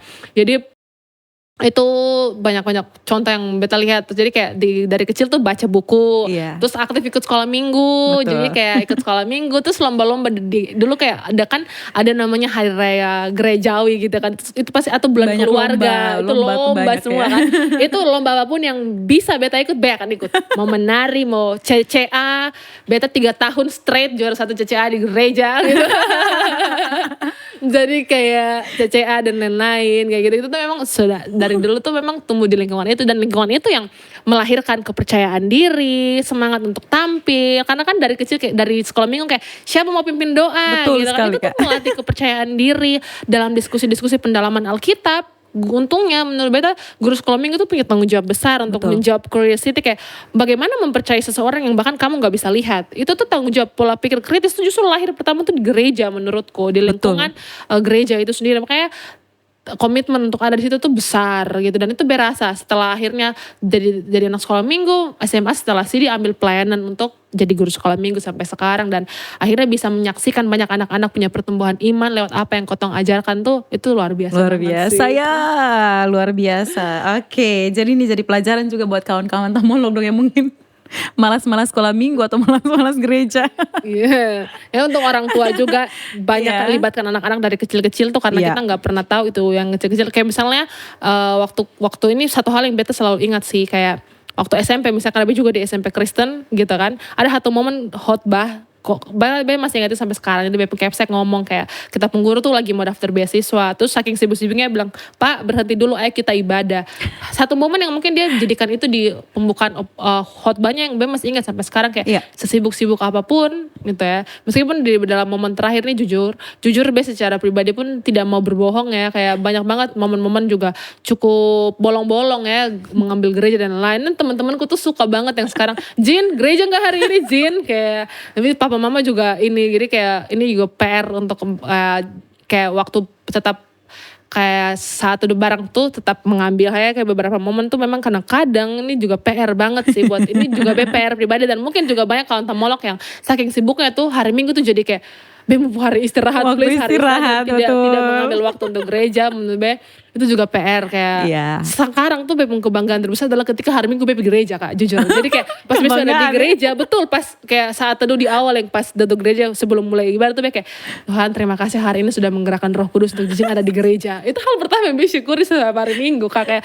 saking mungkin Beb merasa sih akhir-akhir ini tuh memang gitu. Jadi ini PR juga ke depan untuk karena sudah omong di sini tolong jadikan komitmen. Jadi reminder ini pengingat ya. Jadi Kotong mau sesibuk-sibuk apapun tetap waktu dengan Tuhan itu adalah yang nomor 1. Ini Kotong masuk di penghujung nih ya. Beberapa 2 pertanyaan terakhir ya. Yang terakhir kedua nih. Terakhir. Kakak kan sudah banyak melakukan aktivitas, kegiatan, banyak hal, dan tadi juga sempat memberitahukan mimpinya. Tapi coba kakak sedikit menjelaskan lagi, kakak punya visi, misi atau mimpi yang paling utama dari semua hal yang sekarang kakak lakukan, pasti kan ada yang paling utama. Nah itu apa itu? Jadi orang yang bermanfaat sih. Kalau saya mau ditanya kayak satu mimpi tuh apa yang jadi bermanfaat khususnya untuk NTT lagi sendiri. Iya. Karena beta melihat ketong ini sangat punya banyak potensi. Karena beta suka belajar tadi beta ketong tuh punya banyak potensi, tapi di satu sisi juga punya punya banyak sekali masalah yang melimitasi itu potensi. Iya. Mau ngomongin apa, kemiskinan, tingkat perdagangan orang misalnya, kayak kita kan sumbangsi nomor provinsi yang 3 teratas ya untuk human trafficking betul. misalnya. Itu realitas yang cukup menampar gitu. Belum lagi ngomongin soal tingkat putus sekolah, akses ke pendidikan dasar dulu deh. Ini masih sangat terbatas. Untuk anak yang lahir besar di Kupang, di NTT khususnya, melihat realitas ini nih Be berpikir ada satu hal yang kayak di hati tuh mengganjal, kayak Be bisa bikin apa begitu kan. Apalagi proses bertumbuh secara pribadi ini tidak terlepas dari orang-orang yang memang ada di sekitar gitu. Kayak ngelihat orang-orang, terus kembali lagi kayak ada saat itu ada kerinduan dalam hati kayak Be bisa bikin apa ya gitu. Kerinduan itulah yang menggerakkan tadi Be tuh belajar sangat banyak isu Kak. Mungkin kayak mau isu tadi tuh isu human trafficking, kekerasan perempuan, pengendalian tembakau dan rokok, karena menurut Be itu berkaitan. Misalnya dari rokok, orang tuh justru anggaran dasar belanja di rumah misalnya itu lebih diprioritasin untuk beli rokok instead of beli makanan bergizi. Gak heran angka stunting kita tuh cukup tinggi. Itu salah satu hal yang menjadi sumbangsi tingginya angka stunting di NTT misalnya, dan gizi buruk. Jadi banyak banget isu-isu yang aku coba untuk setidaknya tahu dulu loh. Kenapa isu itu banyak, termasuk juga sekarang lagi coba belajar isu iklim, kesetaraan gender. Coba untuk menunggu kayak ini titik untuk anak muda tuh belajar semua hal gitu loh. Kayak tahu, ter-acknowledge terhadap sebuah isu tuh penting. Kenapa? Karena aku tahu bahwa kita tuh pada akhirnya akan jadi pengambil kebijakan. Mungkin sekarang kalau ditanya mimpinya apa, kayak saya akan memulai membangun langkah politik saya di sini. Bercanda. Beta pengen jadi pengambil kebijakan Kak. Wow. Jadi mungkin satu saat akan duduk di bangku eksekutif Kak, atau di bangku legislatif Kak. Kita tidak, enggak eksekutif, legislatif maksudku. Mungkin akan ada duduk di bangku. Cukup realistis sih sekarang ya. Jadi kayak pengen ada di itu karena aku lihat cukup tren positif itu cukup ada hari ini sih, kesadaran politik, orang-orang makin tahu, karena sekarang tuh orang tuh sudah berpikir kayak untuk ada di situ setidaknya punya bekal uang yang besar tuh harus ini jadi modal utama gitu ya. Tapi menurutku hari ini seiring dengan teredukasinya ketong calon pemilih, Beta berharap ini langkah positif untuk ke depan orang-orang berkompeten itu yang akan duduk di sana. Maka untuk menjawab mimpi itu Be akan mempersiapkan Be pun diri jadi orang yang berkompeten itu. Karena Be rasa gerakan-gerakan grassroots yang udah Be buat sekarang nih akan lebih maksimal kalau ada intervensi kebijakan. Iya. Kayak ngomongin isu lingkungan, mau bangkitkan kesadaran orang bawa tumbler untuk orang buang sampah pada tempatnya. Kalau nggak ada kebijakan yang cukup bisa mengintervensi sebuah bagaimana kebijakan itu bisa mempengaruhi industri misalnya, kalau itu nggak pernah ada komitmen dari pemerintah, itu jadi omong kosong belaka gitu loh. Maka misalnya kalau kita ngomongin industri rokok misalnya, kalau nggak ada intervensi cukai yang cukup baik untuk mengendalikan harga rokok yang berimplikasi kepada aksesibilitas rokok kepada anak-anak usia dini, karena hari ini industri rokok tuh sangat masif menargetkan anak-anak menjadi mereka pun target pembeli gitu. Bahkan dana yang digelontorkan oleh beberapa industri untuk periklanan 5 tahun ke depan sangat fantastis Kak secara angka, karena memang pengen, bahkan mereka juga mulai merambah ke iklan-iklan anak-anak gitu loh. Ini bahaya. Dan ini siapa yang mau bergerak kalau bukan kebijakan yang mengintervensinya gitu. Tapi sayangnya pengambil kebijakan kita juga tidak sedikit justru duduk dengan orang-orang yang ada di industri gitu loh. Iya betul. Makanya bahkan banyak banget kita lihat juga statement-statement pejabat publik hari ini yang cukup melukai hati kita sebagai pemilih mereka gitu. Kayak bagaimana seorang pejabat publik bisa berbicara seperti itu. Menurutku salah satunya karena memang tidak punya kapasitas dan secara kemampuan pribadi tuh banyak yang harus di ini. Maka karena aku punya mimpi ke sana, sebelum itu ya aku harus memastikan aku cukup baik secara kapasitas untuk ada di situ gitu. Setidaknya untuk sekarang satu hal yang pengen, kalau ditanya cita-cita, pengen jadi pengambil kebijakan untuk bisa menghasilkan kebijakan yang bisa beneficial untuk masyarakat secara rata sih, sambil sekarang tuh gerak-gerak kecil yang lebih dekat. Semoga ke depan bisa sebuah perubahan masif tuh bisa lahir lewat kebijakan yang solutif kayak gitu. Wow, jadi mimpinya sangat besar nih ya. Ketong siap dukung kalau misalnya. Sudah ada tim, sudah ada tim. Ya, tapi memang itu ya. harus ada anak-anak muda yang punya pemikiran seperti itu. Kita melihat dari ketemu sistem yang sekarang ya. Oke, yang paling terakhir ini kakak, dari semua yang sudah kakak jelaskan, pastinya harus ada pesan-pesan dong ya. Pokoknya kakak boleh sampaikan pesan-pesan kepada kawan-kawan Tamolog supaya mereka juga menjadi anak-anak muda yang bisa berdampak, bisa semangat, jangan pantang menyerah. Silakan kakak, berapi-api juga. Oke, ini menarik. Iya. Jadi Bea akan coba pakai satu konsep yang sering Bea ngomongin di sesi seminar public speaking setiap Bea bawa. Iya. Ada konsep input output teman-teman. Jadi dalam public speaking tuh orang suka ngomongin fokusnya ke output. Jadi latihan kan outputnya adalah kita ngomong tanpa rasa gugup dengan kepercayaan diri, Iya. membawa pidato atau apapun itu yang menggugah orang. Nah, Iya. itu tuh outputnya. Sebelum ada di titik itu, inputnya nih PR utamanya. Ya. Informasinya, pola pikirnya, pengetahuannya, ini yang harusnya dikejar utama. Oke. Jadi ada input dulu biar outputnya maksimal. Karena kalau enggak akan jadi tong kosong nyaring bunyinya gitu, yang jago tek dan lain-lain tapi nggak ada isi. Ataupun kalau ngomong ke pendengar, ini orang nih dari A, pi C, kembali pi B, ke A gitu kan ya. Maka PR-nya itu adalah pola pikir dan lain-lain itu kan dilatih di input. Sama, semua hal tuh konsepnya sama menurutku. Mau lihat berhasil, inputnya seberapa banyak gagal sih gitu kan ya.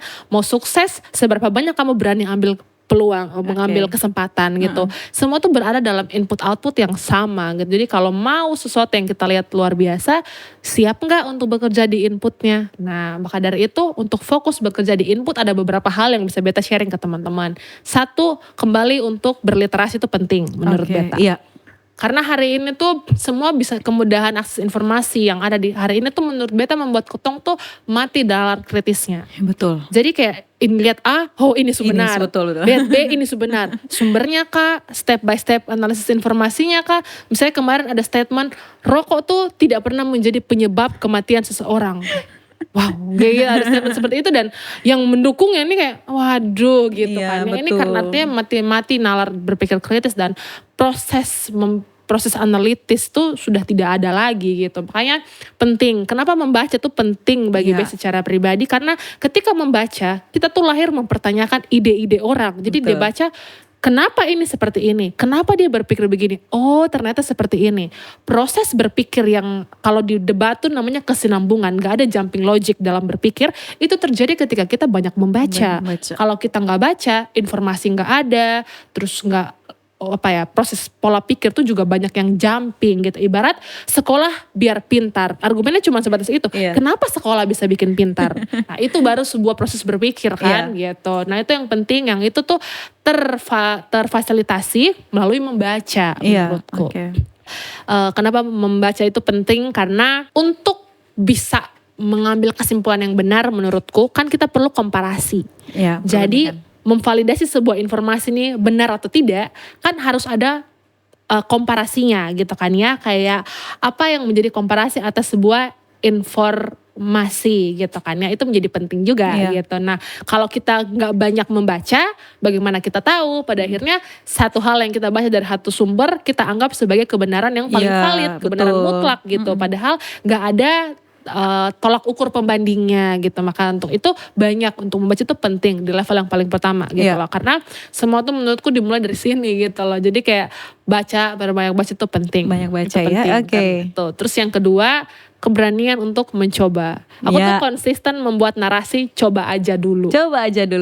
Karena yang paling berharga yang kita punya sebagai seorang anak muda adalah menjadi muda. Karena selagi kita masih muda, jatah gagal kita tuh masih banyak gitu kan. Karena kalau sudah mungkin di titik tertentu gitu kan ya, kita udah punya tanggung jawab keluarga, tanggung jawab pekerjaan yang mengikat misalnya, akhirnya kebebasan yang kita punya saat masih muda tuh sudah tidak ada lagi. Makanya selagi masih muda yang punya banyak waktu nih, semua hal yang bisa coba dulu gitu. Lagi pula kalau ketong gagal juga mau malu-malu, terlalu kerma apa juga begitu kan, kayak ya sudahlah. Lagi pula semua akan tinggal cerita juga. Paling orang bisa ngomong kayak dia gagal, habis yang omong lu gagal emang dia udah jadi apa, terlalu hebat apa juga. Karena kalau ketong tuh takut gagal tuh banyak, bisa paling besar tuh kontribusinya kalau dia ngobrol, lu takut gagal kenapa? Pasti paling hal tuh karena takut diomongin. Jadi kayak paling besar tuh kontribusinya itu. Nah, sekarang ketong ngomongin takut diomongin. Yang ngomongin lu nih ada kontribusi apa pilup hidup? Ada kontribusi satu suap nasi yang masuk pilup mulut, dari dia. Terus kenapa lu mau mengambil satu langkah yang membuat lu menjadi maju tuh harus terlimitasi karena dia omongan. Itu ini gak bener gitu loh. Lu ngapain? Gas aja gitu. Terus yang berikut, orang kalau ngomongin Kotong karena Kotong maju, itu pasti karena dia memang tertinggal. Jadi memang karena dong secara kuantitatif gitu. Mereka memang di belakang Kotong gitu. Jadi karena orang yang udah maju, yang ada di titik berhasil, mereka tuh gak punya kebiasaan atau habituasi ngomongin orang. Mereka tuh gak akan mendiskredit seseorang yang mau mencoba. Mereka justru menjadi orang yang, mau coba ya, ayo bagus, gas, semangat gitu. Orang-orang yang punya crab mentality biasanya yang kalau lu mau coba, terlalu itu memang orang yang secara ini memang karakternya jelek, ngapain didengerin gitu. Memang fokus ke orang-orang yang udah berhasil karena mereka tuh justru semangat ngelihat orang mau coba gitu. Itu soal gagal. Jadi kayak come on guys, jangan pernah melimitasi kemajuan diri, pengembangan diri pada atas pendapat orang-orang yang sesuap nasi pun kita tidak dapat dari mereka gitu kan. Mending bertanggung jawab dan ketemu diri sendiri. Dan yang terakhir, yang paling penting dari semua tentu adalah selalu libatkan Tuhan dalam apapun. Jadi 3 hal tadi tuh ya, membaca, kita punya resilience dan coba terus gitu ya. Dan yang terakhir tuh yang paling utama, Tuhan. Aku taruh di terakhir tapi menjadi paling penting adalah selalu andalkan Tuhan. Kayak siapalah kita gitu. Jadi dalam momen apapun, ini Beng ngomong ke kawan Tamolok juga ngomong untuk Beng diri sendiri menjadi reminder untuk dalam setiap situasi, kondisi dan apapun. Jangan pernah lupa bahwa semua itu bisa terjadi hanya karena penyertaan dan izin dari Tuhan. Oke, terima kasih Kakak. Luar biasa, sudah banyak hal ya yang kita bicarakan dan juga sudah Kakak sharingkan. Dan beta percaya itu sangat bermanfaat dan menginspirasi buat kawan-kawan Tamolok yang akan nonton ya. Dan kita sudah selesai dalam ketemunya sesi ini. Terima kasih karena Kakak juga sudah meluangkan waktu untuk hadir. Sekali lagi ya, sukses selalu, diberkati dalam setiap apa yang Kakak kerjakan. Dan terus menjadi dampak buat orang-orang di sekitar. Oke kawan Tamolok, sampai di sini sudah ketemu punya perjumpaan. Sampai ketemu lagi di episode-episode berikutnya yang lebih luar biasa dengan bintang tamu spesial pastinya ya. Sampai jumpa lagi. Tamolok ID, omong yang pasti-pasti sah. Bye-bye.